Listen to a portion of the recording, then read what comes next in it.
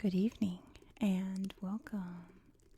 Tonight we will be going over the history and geography of Brazzaville in the Congo, or its full name, the Republic of the Congo. It usually just gets shortened to Congo or Congo Brazzaville, so as not to confuse it with its neighbor, the Democratic Republic of the Congo, or Congo Kinshasa, whichever you want to call it. Make sure you distinguish two very different countries with a shared history and a different colonial history, hence the split. We'll talk about it in history. Brazzaville is the capital of the ROC, Republic of the Congo, and its largest and most populous city. There's some interesting facts about Brazzaville. Across the mighty Congo River you see here is the city of Kinshasa, which is the capital of the DRC, the Democratic Republic of the Congo. These are the two closest capital cities in the world, only separated by the Congo River as it flows out to the Atlantic. A very mighty, mighty river. It's actually the deepest river in the world. I think it has the second most water flowing through it after the Amazon. It's a very powerful river. There's a special section of the river right here. I think you can see right there. It says Pool Malibu, also known as the Stanley Pool, where the river just widens a lot. It creates big islands there in the river. Just this wide open area. And that is where Kinshasa and Brazzaville are located, along that pool. Another interesting geographic fact is about the Cuvette Centrale, which is the largest tropical peatland in the world. 95% of it is in the DRC, but a little bit of it pokes up across the river into Brazzaville. We'll take a look at that on Google Earth. Nearby, where the river narrows again, are some huge rapids, which we'll see on Google Earth as well. You cannot sail through those rapids. They are too strong. So if you wanted to sail down the Congo River, you would have to stop here in Brazzaville, hop on the train that we mentioned in the last Brazzaville video, and take the Brazzaville Ocean Railway to Point Noir. No, I don't think that would follow the river, but that would be their way out. That was at least the colonial way past the rapids there. But how did this town come to be? How did it come to have this name? Why is it so close to Kinshasa? Let's talk about the history. The indigenous peoples who lived here are known as the Pygmy. I know there's kind of a stigma with that name, but the name comes from the actual African peoples who are shorter than the typical height, I suppose. Yeah, they're just shorter, but they're not tiny people like I think the name implies in this day and age. Don't think of it like that. But they would be slowly overtaken during the Bantu migration, which was a migration of peoples that stretched for hundreds of years, coming from West Africa, spreading across the African continent. There are 15 different Bantu groups that live in Brazzaville. The more prominent, or at least important for the history that I'm telling you tonight, would be the Bakongo and the Bateke. It was a Bateke chief who was ruling over this area when it was colonized, but the Bakongo, of course, formed the Kingdom of the Congo. Congo with a K, you can see here, Congo. Which ruled over Central Africa for many hundreds of years. So where did this name come from, Brazzaville? It came from an explorer named Pierre Savognon de Brazza. He was Italian, but was a French citizen and was exploring the African continent for France. Now, during the scramble for Africa, which was this time in the 1880s, when all of the major European powers divided up the African continent amongst themselves, there was a bit of competition here along the river between France and Belgium. King Leopold over in Belgium was very interested in the quote-unquote heart of darkness area, the deep, deep rainforest jungles of Central Africa, and wanted to exploit it. So he wanted to snatch up as much land as possible. And of course the French didn't want that. They wanted as much land as possible. So Pierre de Brazza was exploring the area, hoping to sign treaties with the local chieftains and claim as much land for France as possible. Kind of came to a head here at the mighty Congo River, where the Belgians were claiming this side and the French got as far as this side. They actually purchased the land here, and by whatever means, from the local people here. In the Bakongo, it was known as Ntambo, and in the Bateke, it was called, I'm guessing, Nkuni, something like that. My apologies. But it was later renamed after Pierre de Brazza. Brazzaville. I guess in French it would be Brazzaville, right? But this town was important because this was a big center for Belgium to use the river to get goods from the interior.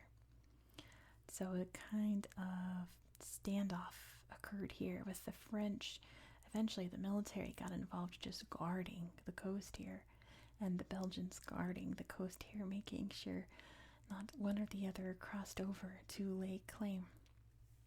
Of course, this would later become the Belgian Congo, which wasn't so much a colony, but was the personal property of King Leopold. If you want to read some dark history, look into that, but we're not going to get into that tonight because we're talking about the French side, which I read two different dates. I read 1908 and 1910, became French Equatorial Africa, which consisted of pretty much every French-speaking country here in Central Africa. Gabon there. The CAR was Ubangi Shari, Central African Republic. Got Chad there. And of course the Congo, the ROC. And Brazzaville was made the capital of French Equatorial Africa, which would become very important during World War II because very famously Nazi Germany invaded France, and many French politicians and leaders actually came down to Brazzaville, and from 1940 to 1943 it became the de facto capital of Free France. Charles de Gaulle even had a house here in Brazzaville. In 1944 they held the Brazzaville Conference, which was pretty big toward human rights in the French regions here. They did a lot of good. They abolished forced labor, which we talked about in the last Congo episode with the railroad. They made all the people living here French citizens and just gave people more French rights, basically, that people in France already had. Of course, throughout the 1950s, there was a push for independence from European countries here in Africa, as the ROC was moving toward that in the late 1950s. There was a lot of political tension, as many of the people groups here formed their own political parties, and it was a big competition to see who would wind up being on top. Because like I said, there's a lot of people groups living here, and it became very contentious, and by 1959 it turned into riots. So in 1960, when the Republic of the Congo gained its independence, they actually formed a one-party Marxist state. No other political parties. But the political tension really overflowed and affected Brazzaville throughout the 1960s, 1970s. There were two huge military coups, one in 1963, one in 1968. In 1977, the president was assassinated here in Brazzaville. In 1979, there was a big political upheaval, pretty much an impeachment of the president at the time and his entire administration.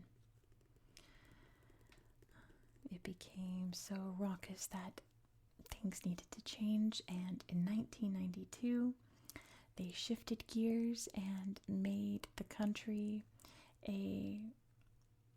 more democratic, more political parties, more than one political party. They got rid of the Marxist aspect and made multiple political parties with elections and all that good stuff.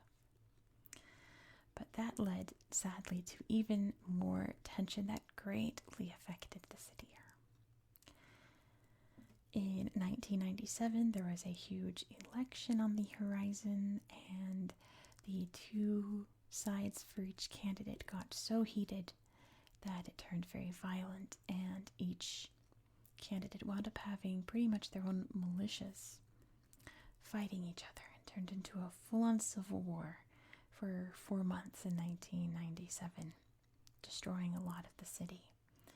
It would die down, but then resurge in 1998 during tribunals trying to get justice for the atrocities during that conflict. It just made it even worse and became extremely intense for the end of the 1990s.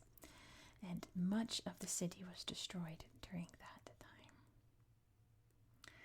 But peace would soon come. And it's been tense ever since. Bits of conflict occur here and there in Brazzaville, but not nearly anything like it was in the 1990s, thankfully. Recently, there's been talks of building a bridge between Brazzaville and Kinshasa. But people worry that, Kinshasa is a massive city.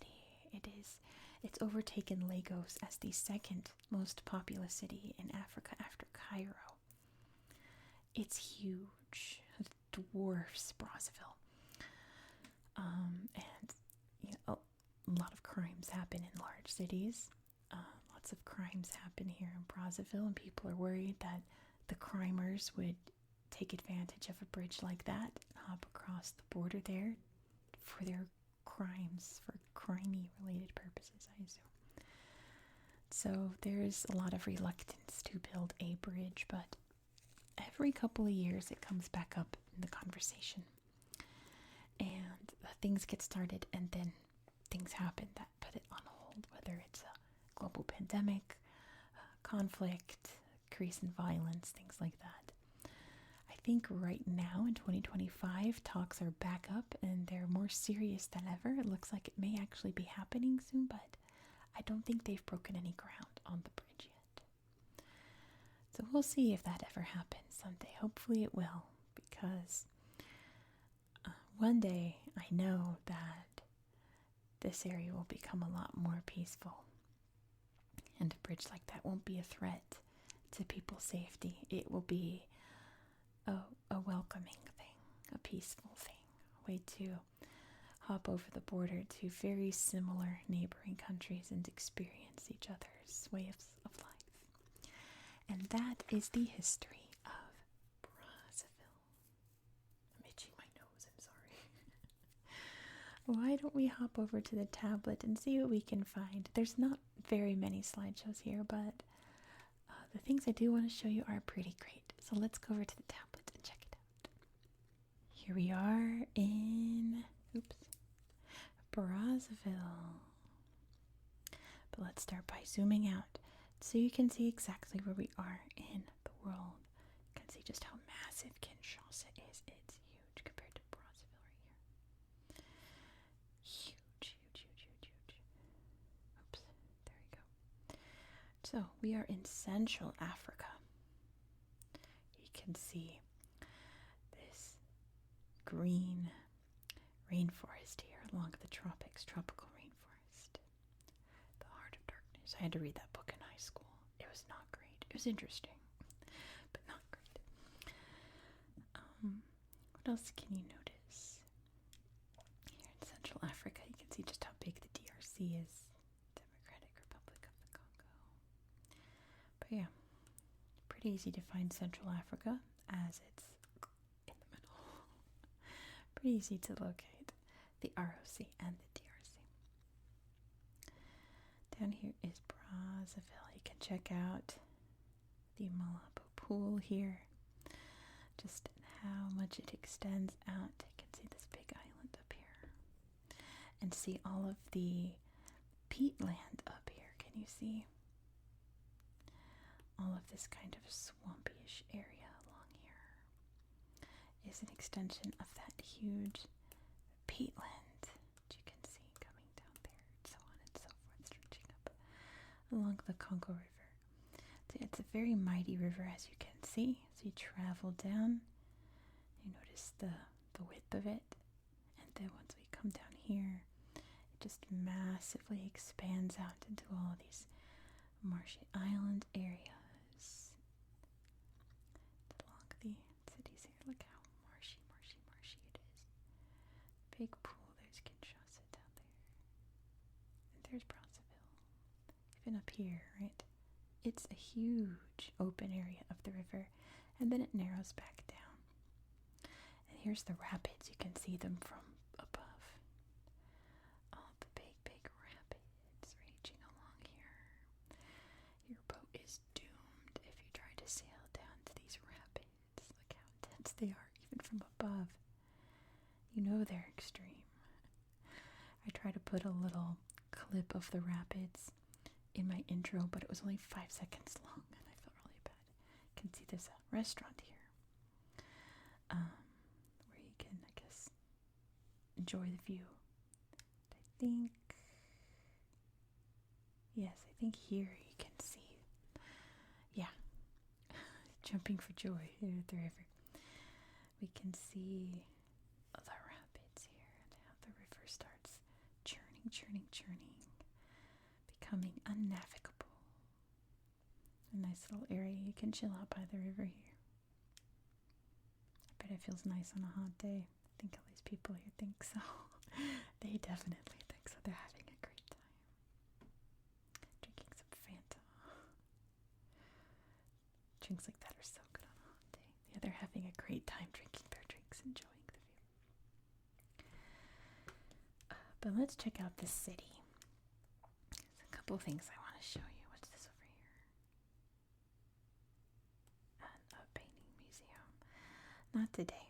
Of course, as always, I'd encourage you to check out the city on your own. See if you can find some other good slideshows. But I have some places I want to show you. Like here is the memorial to Pierre de Brazza. Or I guess de Brazza. De Brazza in Italian, or de Brazza in French.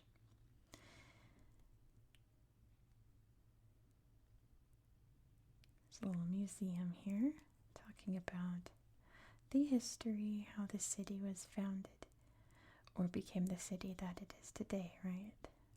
Because it was already a town when he arrived. But it is what it is today because of him and the work he put in to make this city happen. They got married here. Oh, they look so great. Ooh, and all lit up, super cool at night. That's pretty awesome.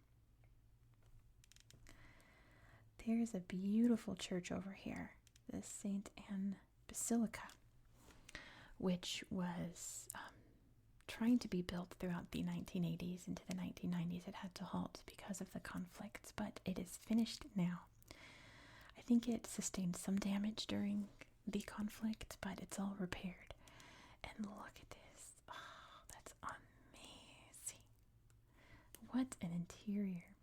Something like so cave-like, so, I don't know. I can't describe it. It's such a beautiful church, made of all these great rocks and bricks into that beautiful green roof. It's so bright and vivid. Yeah, it just feels like a natural building, even though it very much is not. It feels like it was carved out of the earth. It feels very, I don't know, in tune with the earth. I don't know how to describe it. Look at this. It's so beautiful inside. I'm sad that's the only real interior shot in this slideshow. I've seen some videos of people exploring it. Absolutely gorgeous building. Absolutely stunning. Let's find somewhere over here the official buildings of the country. There's somewhere over here. I'll find them. Over here. I don't remember. I rehearsed this a couple days before filming this. Oh my gosh, it's been so hot here. I was supposed to film this last night. You don't care about this, but I was supposed to film this the other night. But it was just so hot. I just could not handle it. It's much cooler today, but not by much. This is for Marianne Ingwabi. We'll look at this real quick. He was the president that was assassinated. And there's some other heroes here. Bob Marley statues there. Yeah, there he was. This is his mausoleum. There's Shaka Zulu. There's Muhammad Ali. He got knocked down, unfortunately. But yeah, that's to remember the there's Senghor from Senegal. Anyway, there's a horse. This is to remember him by, along with other great world leaders. Or figures, I suppose. Muhammad Ali wasn't a world leader, was he? I have to remember where the government buildings are. There's a forest reserve over here real quick. Let me get distracted. There's no pictures, that's right. That happens when I rehearse ages ago and then boil in the heat and then forget everything.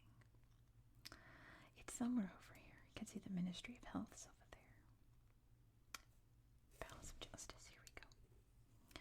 We are getting closer. A big cemetery there. Of course it wants me to tap on that. It always wants me to tap on cemeteries. No, thank you.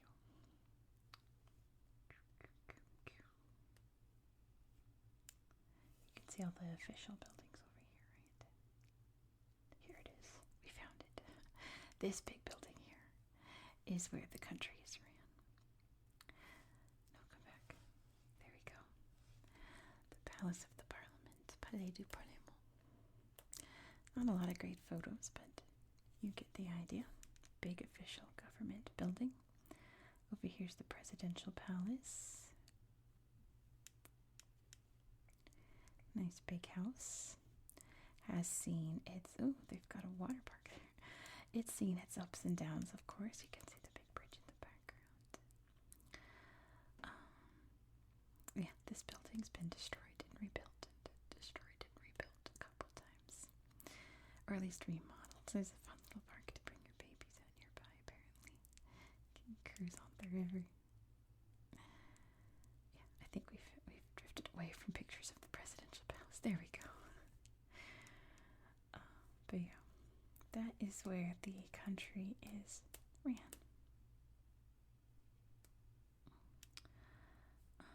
Let's see. Let's head over to this end, towards some of the marshy areas over here. I found some slideshows over here. I just don't remember where they are. I probably should have rehearsed this video again, but oh well. You guys like it for some reason when I get lost. I don't know why. You just do. Here's the big stadium.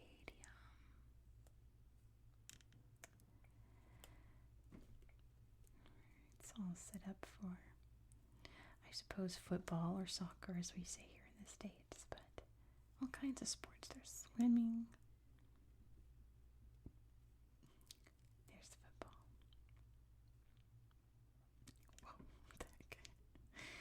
A big football pitch. Look how packed it is. Everyone's there to watch the game. It's track and field. Yeah, it's packed. Excellent. Oops. Stop. I'm trying to put this down. Thank you.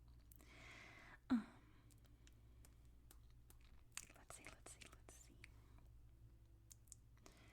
feel like it was closer to the city where I found little spots here and there. Look at how goopy it is. Peatland is, of course, very, very important in this day and age as it is a natural carbon sink.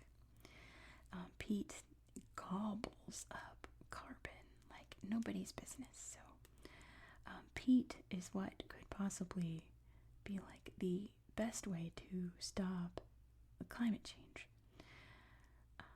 So we have to protect the peatlands as much as possible. I'm not finding any photos. There's a beach here and a plage. Let's see. Wow. The mighty Congo River. The deepest river in the world. Was that Bradford? I am not sure. But yeah, there's lots to see here. I would encourage you to poke around the city for yourself and see if you can find, look how like sprawling it is. It's so big. And the thing is that this doesn't even compare to Kinshasa down across the river. Kinshasa is like 5 times the size of the city. Here's the big airport. Huge airport.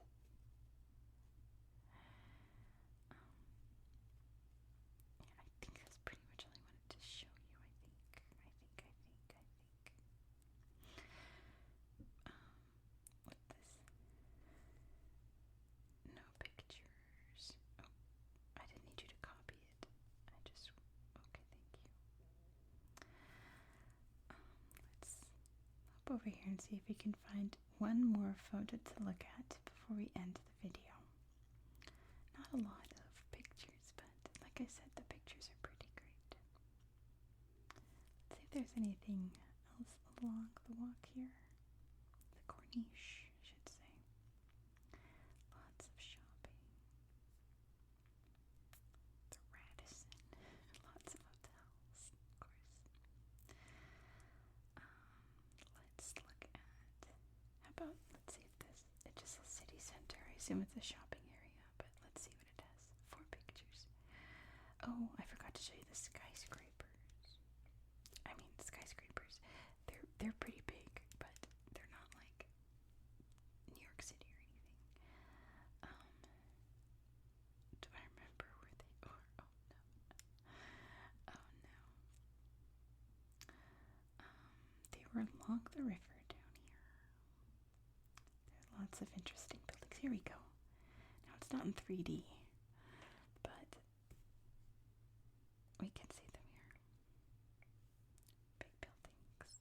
All fancy inside. There we go. All lit up at night. I guess I'll end it on this slideshow. So thank you so much for watching. If you enjoyed this style of content, please consider subscribing. See what I mean? Like, for this place it's skyscrapers, but it's no Dubai or anything. I bet you these were made by an Emirati company or something like that. Something from around there, you know. But anyway, yes, if you enjoyed this style of content, please consider subscribing. Next, we are headed up to Europe, to a very interesting little city, a very interesting little corner. It's nicknamed the only free city in Europe. Do you know what I'm talking about? Let me know down in the comments if you know what I'm talking about. You'll see some interesting shopping there as well. Whoa! You can project big old things onto it. That's pretty neat. If you're still awake, please give this video a thumbs up. I'd appreciate it a lot because little lesser known countries in Africa don't get a lot of views on my channel, so thumbs up and leaving comments helps boost the video in the algorithm so that other people can enjoy the video. So I would appreciate that very much. I hope that you found this video to be relaxing and educational, and I hope that you have a good